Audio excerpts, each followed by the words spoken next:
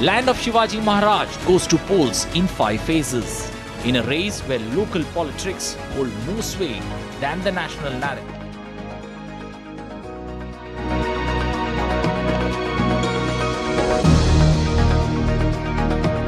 Indeed, India Live, India's voice to the world. I'm Siddharth Bharadwaj. Coming up in the next 30 minutes.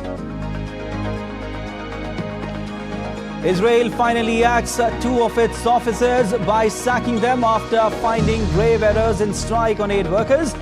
Who comes as US President Joe Biden warns Israel of policy changes if Prime Minister Benjamin Netanyahu fails to protect civilians and aid workers in Gaza.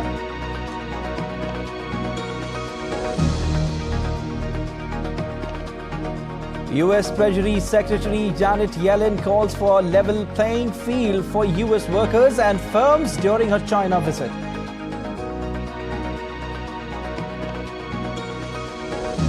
Reserve Bank of India announces its decision on short-term lending rate, decides to maintain the repo rate at 6.5%. Other key announcements also made by the RBI.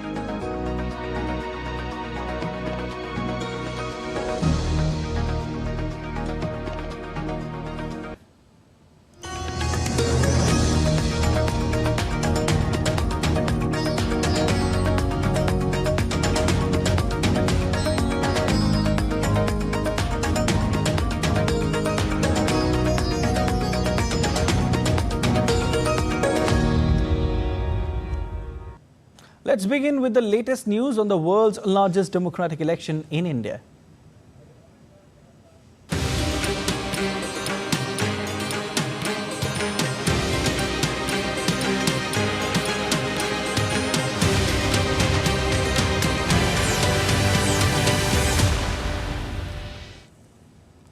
With the biggest elections just a fortnight away, political parties have now intensified their campaign. Prime Minister Narendra Modi is in India's largest geographical state, Rajasthan, where he held a rally in the city Churu. Addressing the voters, PM Modi asserted that the promises made by the ruling party have always been fulfilled, unlike other parties. The main contest is between the BJP and the Congress party here. The state of Rajasthan has 25 seats in the lower house of the parliament.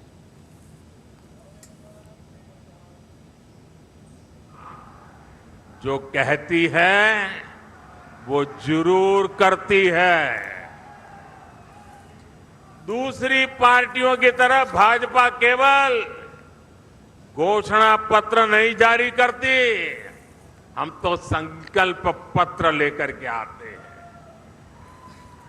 2019 में हमने जो संकल्प पत्र जारी किया था, उसके ज्यादातर संकल्प पूरे हो चुके हैं और 2 साल कोविड के संकट के बावजूद भी मोदी ने आपको जो वादा किया था, वो वादा पूरा करने के लिए एड़ी चोटी का जोर लगा दिया है। All right, 4 states go to the polls in 2 phases. Rajasthan, the largest state in India by area, is renowned for its rich cultural heritage, vibrant traditions and historical significance. Let's take a look at its significance in terms of the upcoming general elections in India.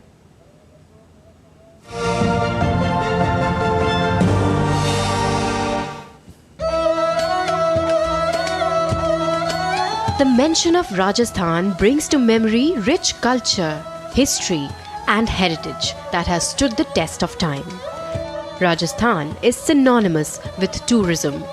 World-famous castles, forts and palaces built by the erstwhile royals are a main attraction for global tourists. Rajasthan is the largest state in India with an area of over 342,000 square kilometers. It is located in the northwestern part of the country with the Thar Desert covering a significant portion of the state. The state of Rajasthan was formed on March 30th, 1949 with Jaipur as its designated capital city. As India goes to polls this year, the political barometer of Rajasthan is rising with parties eyeing the 25 seats of Lok Sabha, the lower house of the Indian Parliament. The 2024 general election in Rajasthan is being conducted in 2 phases, on April 19th and May 26th. Rajasthan's population is about 81.3 million, out of which a total of 52.6 million voters are registered in the state. The state has 27.4 million male voters, 25.3 million female voters, and about 600 voters from the third gender. The Bharatiya Janata Party, Indian National Congress, Rashtriya Lokatantrik Party, the Bahujan Samaj Party, and the Rashtriya Lok Dal are the prominent players in the state. Looking back at the 2019 general elections, the BJP not only swept the polls but also increased its vote share to 59.07%. Rajasthan saw BJP-led NDA scoring 24 out of the 25 seats, along with the Rashtriya Lokatantrik Party securing 1 seat, and no seat was won by the Indian National Congress. As the parliamentary election dates are now set for the political matches in Rajasthan, the BJP is aiming for a repeat of 2019 blockbuster, while the other parties have upped their ante to improve their scores in the desert state. Election Desk, DD India. On the other hand, India's opposition party Congress released its manifesto for the upcoming general elections today in New Delhi. Highlighting the 5 pillars of justice in their manifesto, Nyay Patra, the party promises 25 guarantees to the voters of the country. The 3 themes of the manifesto including work, wealth and welfare. The document also stated jobs and education to the people, and the release event was attended by Congress President Mallikarjun Kharge along with leaders Sonia Gandhi, Rahul Gandhi and P. Chidambaram among others. हमारा एक राजनीतिक इतिहास में न्याय के दस्तावेज के रूप में याद किया जाएगा।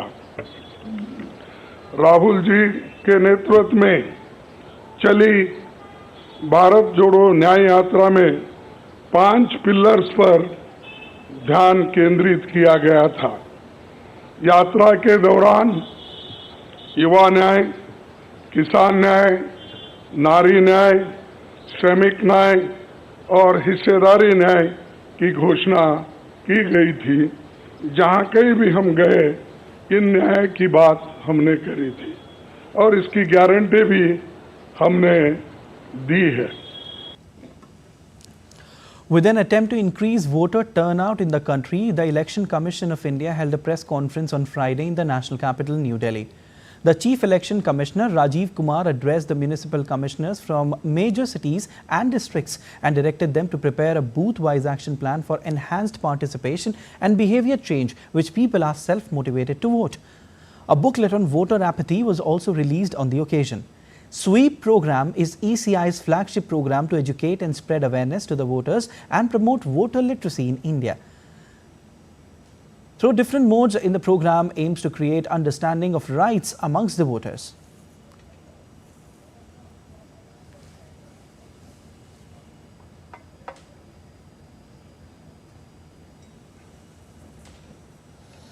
India's central bank on Friday announced its decision on the short-term lending rate or repo rate and kept it unchanged at 6.5%. Announcing the current fiscal year monetary policy, RBI Governor Shaktikanta Das said the headline inflation has eased to 5.1% during January and February 2024 from the earlier peak of 5.7% in December 2023. The Reserve Bank MPC decided by a majority of 5-1 to keep the policy repo rate unchanged at 6.5%. Consequently, the standing deposit facility, that is the SDF, rate remains at 6.25%, and the marginal standing facility, that is the MSF rate, remains at MSF rate and the bank rate, they remain at 6.75%. The MPC also decided by a majority of 5 out of 6 members to remain focused on withdrawal of accommodation to ensure that inflation progressively aligns to the target while supporting growth.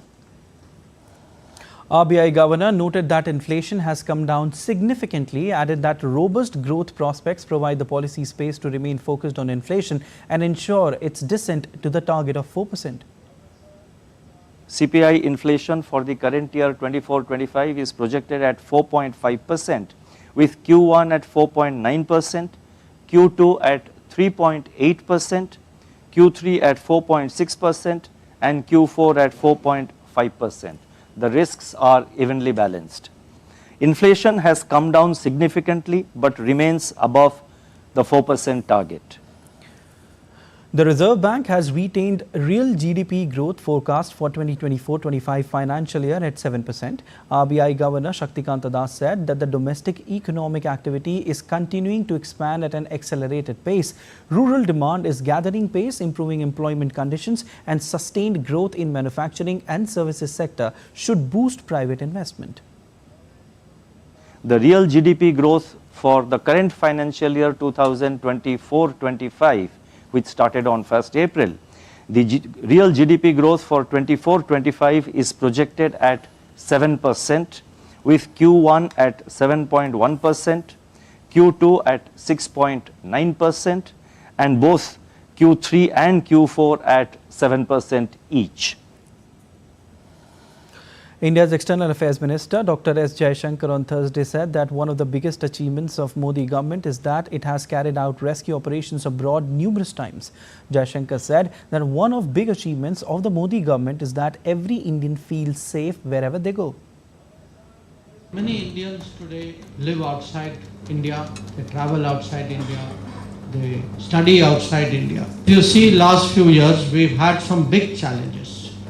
There was a war in Ukraine, there is fighting still going on in Israel and Gaza, there was civil war in Sudan. We have had many times to do rescue operations. One of the big achievements of the Modi government is we tell every Indian, please feel safe going outside, because when you leave India, we are there for you. The 61st National Maritime Day in India is being celebrated across the nation today.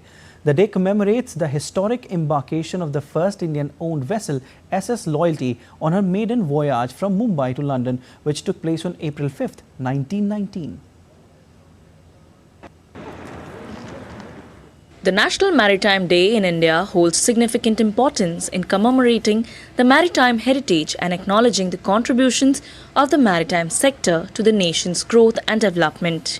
The history of the National Maritime Day dates back to April 5th, 1919, when the Indian-owned steamship SS Loyalty embarked on its maiden voyage from Bombay to the United Kingdom. Currently, in terms of the ship tonnage, we are at 22nd rank. And it is our desire as a country, as a system, we are working towards this. By 2030, we will be top 10. And it is our again ambition, aspiration, by 2047 we will be in top 5 countries of the world.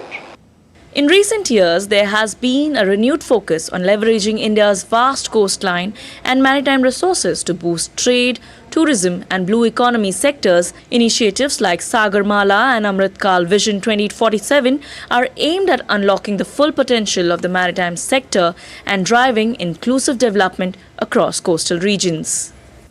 Plans and the various steps are very well defined, and how the systematic this improvement, these milestones will be achieved. These are very well defined, and as a country, as an industry, regulator, our ministry, all shipping companies will work towards this. By fostering innovation, promoting sustainability and strengthening cooperation, it can be ensured that India emerges as a global maritime powerhouse in the years to come.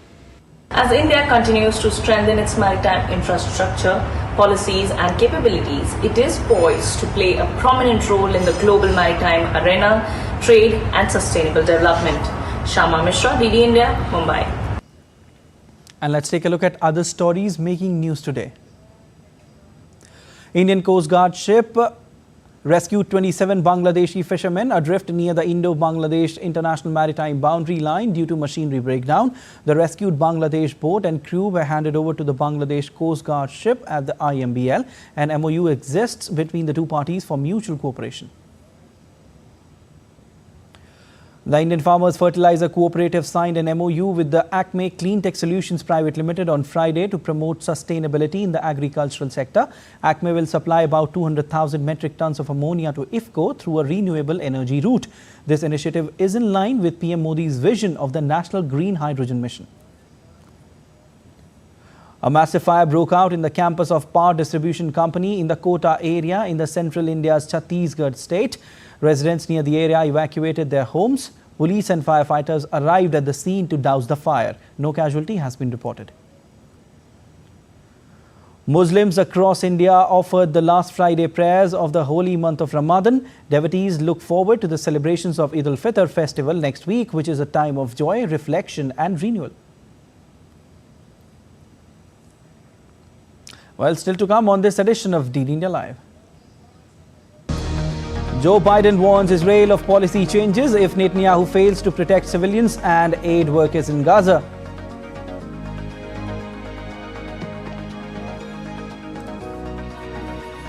Russia has lashed out at Sweden's plans to set up a NATO base in Baltic. We will show you how melting snow has caused flooding in several Russian regions.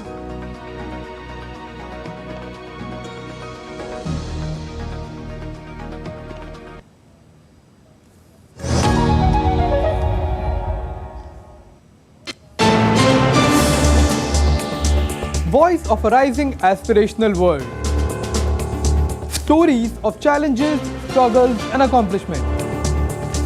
A world battling conflict, hunger and poverty. Embracing growth, development, science and technology. A voice of progress, a voice of unity. Watch Voice of the Global South with me, Akshay Dongre, only on DD India.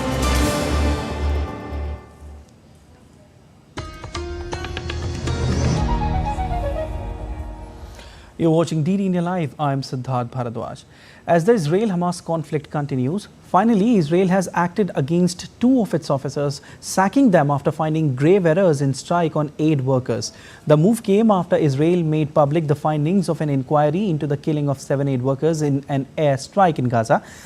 And this happened this week, and they found serious errors and breaches of procedure by the military. 2 officers have been dismissed and senior commanders formally reprimanded as a result. The development by Israel came after US President Joe Biden warned Israel of policy changes if Prime Minister Benjamin Netanyahu failed to protect civilians and aid workers in Gaza. Israel already is facing international condemnation after its strike hit a convoy of the World Central Kitchen that resulted in the death of few aid workers. Biden relayed his message in a telephonic call with the Israeli Prime Minister on Thursday. Though US has been one of the supporters of Israel, in a statement released by White House, stated that Biden has made it clear the need for Israel to implement a series of measurable steps to address civilian harm. On that phone call, the president emphasized that the strikes on humanitarian workers and the overall humanitarian situation in Gaza are unacceptable. He made clear the need for Israel to announce and to implement a series of specific, concrete, and measurable steps to address civilian harm, humanitarian suffering, and the safety of aid workers. He made clear that U.S. policy with respect to Gaza will be determined by our assessment of Israel's immediate action on these steps. If we don't see changes from their side, there'll have to be changes from our side, but I won't preview what that could look like. Meanwhile, Israeli government has approved series of steps to increase the flow of humanitarian aid into Gaza. On Thursday, Israeli Prime Minister Benjamin Netanyahu's security cabinet agreed to reopen the Erez crossing into northern Gaza and the temporary use of Ashdod port in southern Israel. In addition to this, the cabinet also agreed to increase Jordanian aid through the Kerem Shalom crossing point located in southern Gaza. In another attempt to expedite the process of hostage release, the US CIA Director Bill Burns will likely travel to Cairo this weekend, as per reports. During his visit, he will meet his Egyptian and Israeli counterparts and the Qatari Prime Minister, trying to reach a breakthrough in talks on releasing hostages held by Hamas. Tensions are also rising between Israel and Iran due to the recent airstrike on Iran's embassy compound in the Syrian capital Damascus. Though Israel has not yet given any reaction, but Iran's leader Ayatollah Ali Khamenei has blamed Israeli Prime Minister Benjamin Netanyahu for the attack. Israeli authorities also believe that Iran may conduct a retaliatory attack as soon as Friday, since Iran's President Ibrahim Raisi said earlier that the strike on the capital would not go unanswered. Meanwhile, GPS is being blocked across large parts of Israel in order to disrupt missiles and drones amid increasing tensions with Iran. The Israel Defense Forces also announced it was halting all leaves for soldiers serving with the combat units. This comes a day after reservists were called up to bolster air defense units. Meanwhile, Russia has lashed out at Sweden's plans to set up a NATO base in Baltic a day after it termed the relations with NATO as sliding to the level of direct confrontation. According to Russian news agency, which quoted the foreign ministry, the Swedish move is a provocation that would turn the sea into the area of geopolitical confrontation. The ministry said this would increase risks for shipping in the Baltic. The United States Treasury Secretary Janet Yellen told Chinese Vice Premier Halifa on Friday that it seeks a healthy economic relationship with China, but based on a level playing field for firms and workers. Treasury Secretary Janet Yellen arrived in China on Thursday for 5 days of meetings as the world's two largest economies still appear to be hashing out the rules, in fact, on how to compete against each other. Earlier on Friday, Janet Yellen made remarks at the American Chamber of Commerce in Guangzhou that concerns are growing over the global economic fallout from China's excess manufacturing capacity. As I have said, the United States seeks a healthy economic relationship with China that benefits both sides. But a healthy relationship must provide a level playing field for firms and workers in both countries. In a video released by Russia's Emergency Situations Ministry, civilians were being evacuated in Russia by rescue teams in boats from flooded areas in a number of regions across the country. Melting snow has caused flooding in several Russian regions, 36 locations across Russia's Siberia and Urals regions, with high water levels blocking 190 low-lying bridges and 120 roads, with over 2,000 residential houses have flooded. While DD India correspondent Dasha Chernyshowa gives us more updates on flooding in several Russian regions. State of emergency has been announced in several regions of Russia that are now experiencing spring floods. In southern Orenburg region, at least 1,600 people, including children, have been evacuated as flooding has affected over 1,000 homes, around 400 private properties across 23 municipalities. Governor Denis Pasla emphasized the urgency of mobilizing all available resources for emergency rescue operations and preemptive evacuations of residents from the high-risk areas. He said flooding will last for at least 2 or 3 weeks. Evacuation of residents from the flood zone is taking place in the village of Kadui in the Vologda region. Acting governor of the region said the flood situation is tense, adding that there has been no such inflow of water since 1966. The emergency ministry says at least 5 bridges and 13 roads, along with some 700 homes, are in the flooding areas in the Moscow region, but note that evacuation of people is not needed. The most difficult situation has been reported in the Altai region, but water has started to recede there. Dasha Chernyshowa in Moscow, reporting for DD India.